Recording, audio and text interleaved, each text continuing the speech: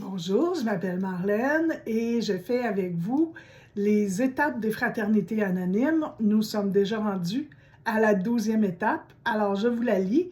Ayant connu un réveil spirituel comme résultat de ces étapes, nous avons alors essayé de transmettre ce message à d'autres alcooliques, d'autres outre-mangeurs, d'autres narcomanes, pharmacodépendants, dépendants du travail et toutes cette sortes de choses. Alors, quelle que soit votre dépendance, vous pouvez la nommer ici et de mettre en pratique ces principes dans tous les domaines de notre vie.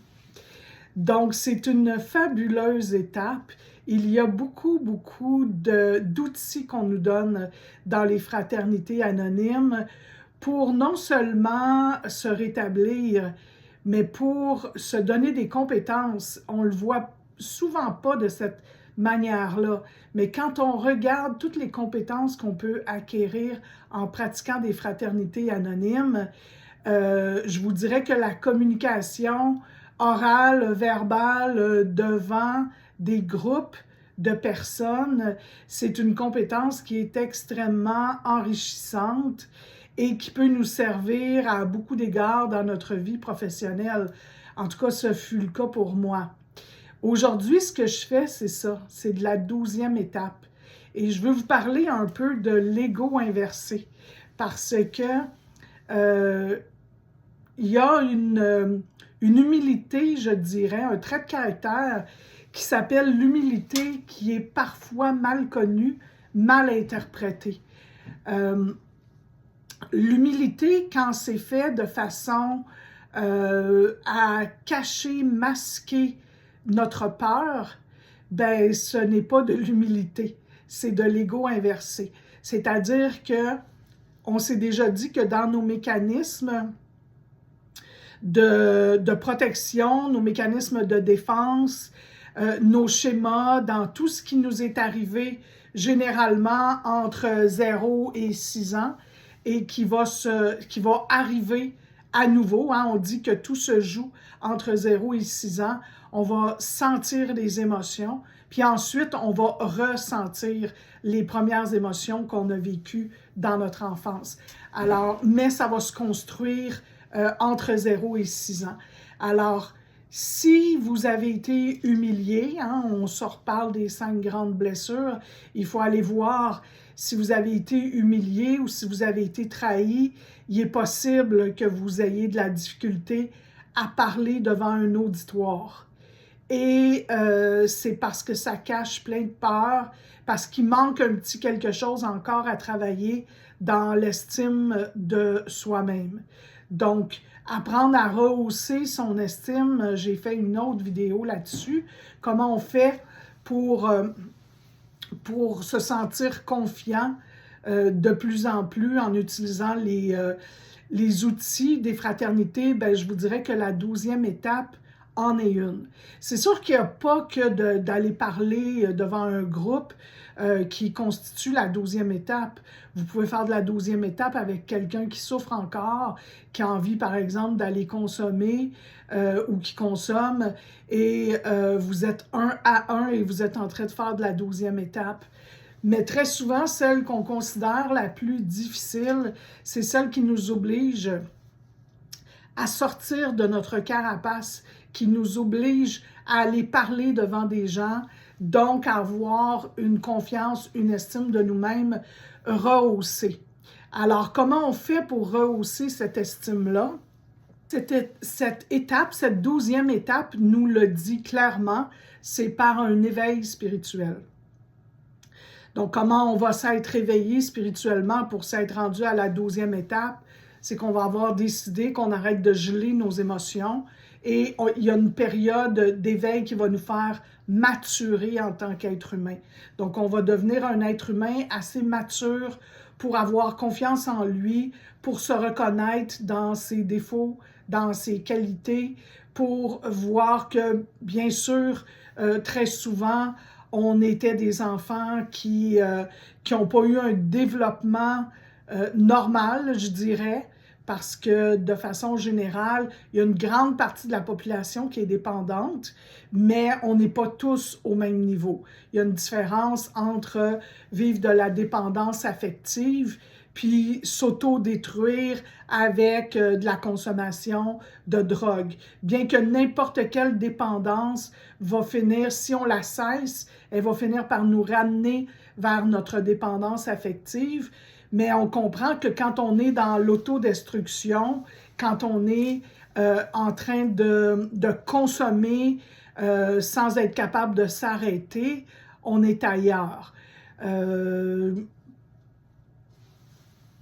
Si on regarde par la lunette de l'humilité, je dirais qu'on peut retrouver dans nos fraternités des éléments contraires parfois, c'est-à-dire qu'il y a beaucoup de personnes qui font facilement de la 12e étape, qui vont se raconter facilement parce qu'ils ont besoin d'approbation, d'attention, et c'est tout à fait correct. Si la personne sent qu'elle a envie d'aller faire un partage puis que ça va lui faire du bien parce que ça va lui donner de l'attention. Vous savez, moi, il y a un professeur qui m'a dit ça un jour, là. On a tous besoin de la reconnaissance. C'est tout à fait normal et sain qu'un être humain accepte la reconnaissance des autres. Ce qui me fait dire très souvent que les gens qui ont de la misère à accepter les compliments, bien souvent, c'est de l'ego inversé. Alors, oui, c'est vrai que certaines personnes vont avoir cette facilité-là de 12e étape. Par contre, le travail qu'ils ont à faire très souvent, c'est d'aller faire du café. Parce que quand on fait de la 12e étape, faire du café, c'est aussi faire de la 12e étape, c'est d'aller vers la personne qui souffre encore, celle qui rentre dans notre salle puis qui va aller chercher, par exemple, pour une salle de personnes qui ont des problèmes de toxicomanie, d'alcoolisme, aller se chercher un bon café chaud, donné par quelqu'un qui a un beau sourire, c'est vraiment de la 12e étape. Mais je vous laisse décider par vous-même qu'est-ce qui est bon pour vous. Moi-même, qu'à un moment donné, ma marraine m'a demandé d'arrêter de faire du service parce qu'elle considérait que j'avais un problème. Aujourd'hui, je pourrais vous le dire, là, j'étais dans un schéma d'assujettissement. Donc, moi, j'étais une enfant qui avait une enfant, une adulte qui avait beaucoup rendu service pour être aimée, qui avait l'impression qu'elle devait être utile. Donc, j'attirais beaucoup les personnes qui étaient dans l'utilitaire, bien sûr, qui se servaient beaucoup de moi. Donc, elle m'a demandé pendant un certain temps d'arrêter de faire du service, de juste être en lien avec mes émotions, avec elle, pour être capable de voir qu'est-ce que ça me faisait que de ne pas faire, d'être uniquement dans l'être et non dans le faire. Fait qu'à un moment donné, on se parlera des schémas, mais moi, ce schéma-là de l'assujettissement, c'est un schéma qui est très important. Donc, c'est à regarder pour vous. Si vous pourriez, par exemple, passer la mop, faire du café, faire des choses qui sont totalement invisibles ou des choses qui demandent beaucoup quand même d'énergie. Il y a des responsabilités qui demandent beaucoup plus de dons de soi que d'autres, participer à des réunions d'affaires, par exemple, des business meetings, d'être représenté au niveau régional, bon, tout ça. Donc, je pense qu'on peut regarder en soi de façon honnête pour voir si ce qu'on fait, pardon, est la chose qui peut nous rapporter le plus. Parce que bien évidemment, tout est bon. Il n'y a rien qui n'est pas bon dans le service. Tous les services sont bons. Mais qu'est-ce qui me rapporte à moi en tant qu'être humain? Est-ce que c'est quelque chose qui est vu de tous et qui peut être reconnu par tous? Ou si je suis rendue dans ma vie à quelque chose que personne ne va se rendre compte? Et je vous dirais que dans des exercices de gratitude, c'est absolument très intéressant d'aller voir qu'est-ce que ça nous procure de faire des choses que les gens, personne n'est au courant.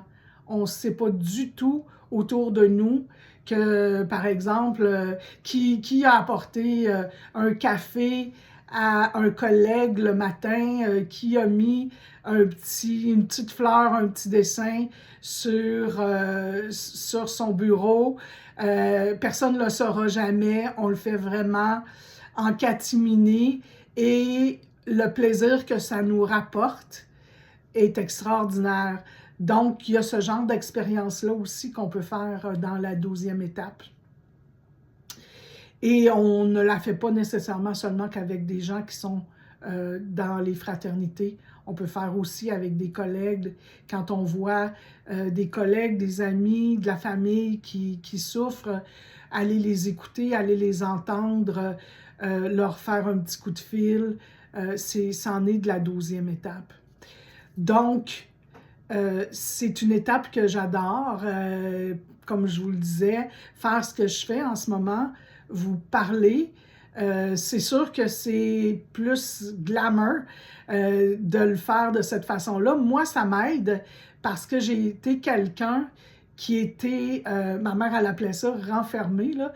J'étais une enfant et une jeune adulte plutôt portée vers les services, comme je vous le disais tantôt, qui paraissent pas trop, faire des choses pour être aimé, qui ne me permettent pas, moi, de rayonner, qui ne m'obligeaient pas à rayonner. Je peux le dire plus comme ça, je pense. Et avec le temps, ça m'aura pris beaucoup de temps, mais j'aurais appris que c'est important de rayonner parce que les gens qui sont dans les ténèbres, ils cherchent la lumière. Et cette lumière-là, déjà, les gens vont être attirés par vous dès que vous commencez. Vous le savez, je travaille aussi en énergie. Je suis une praticienne Reiki aussi. Donc, pour moi, la spiritualité, ce n'est pas qu'une chose qui ne peut pas se ressentir. Moi, je travaille dans l'énergie, je ressens l'énergie beaucoup. Et je peux vous dire que quand vous êtes un être lumineux, parce que vous êtes éveillé, parce que vous êtes une belle personne, remarquez-le, les enfants vont être attirés par vous, les animaux vont être attirés par vous, les gens viennent vous parler, se confier à vous. Vous ne savez pas trop pourquoi, mais moi, je peux vous le dire, c'est parce que vous rayonnez, parce que vous êtes lumineux. Si vous avez passé à travers les 12 étapes, puis que vous êtes en train de passer à travers cette dernière vidéo des étapes, je reviendrai peut-être éventuellement s'il y a des besoins, on approfondira peut-être certaines de ces étapes, mais on a passé au moins une fois à travers des 12. Et si vous avez fait ça, vous êtes très certainement un être lumineux que les gens veulent côtoyer, qui attire les gens. Et prenez-en conscience. C'est important d'avoir conscience de ces pouvoirs-là qu'on a, d'aider les autres. Rappelez-vous, quand vous êtes souffrant ou quand vous étiez souffrant, il était absolument primordial de trouver de l'aide. Aujourd'hui, ça va se passer très souvent dans des vidéos. Moi, des fois, quand je me sens pas bien, j'ai certains auteurs, certains conférenciers sur YouTube que j'aime beaucoup et je sais très bien que ça va m'apaiser quand je vais aller les écouter. Des fois, je fais juste écouter un petit 15-20 minutes, puis je retourne prendre mon travail et ça m'a fait du bien. Donc, c'est important. On est tous reliés les uns aux autres. Il faut prendre soin les uns des autres. Prendre soin de soi d'abord, parce que si on ne prend pas soin de soi, on ne peut pas prendre soin des autres autant qu'on pourrait le faire, autant que notre potentiel est là pour le faire. Mais si on est un être centré, énergisé, lumineux, comme je suis certaine que vous l'êtes, eh bien, vous êtes bienvenus de vous promener dans le monde et d'aider les gens autour de vous. C'est la grâce que je vous souhaite et c'est la grâce que je souhaite à ces personnes qui vont vous côtoyer, qui vont avoir la chance de vous côtoyer. N'hésitez pas à partager ces vidéos et à vous abonner si ce n'est pas déjà fait. Je vous embrasse, je vous aime, je vous souhaite une merveilleuse fin de journée. Au revoir.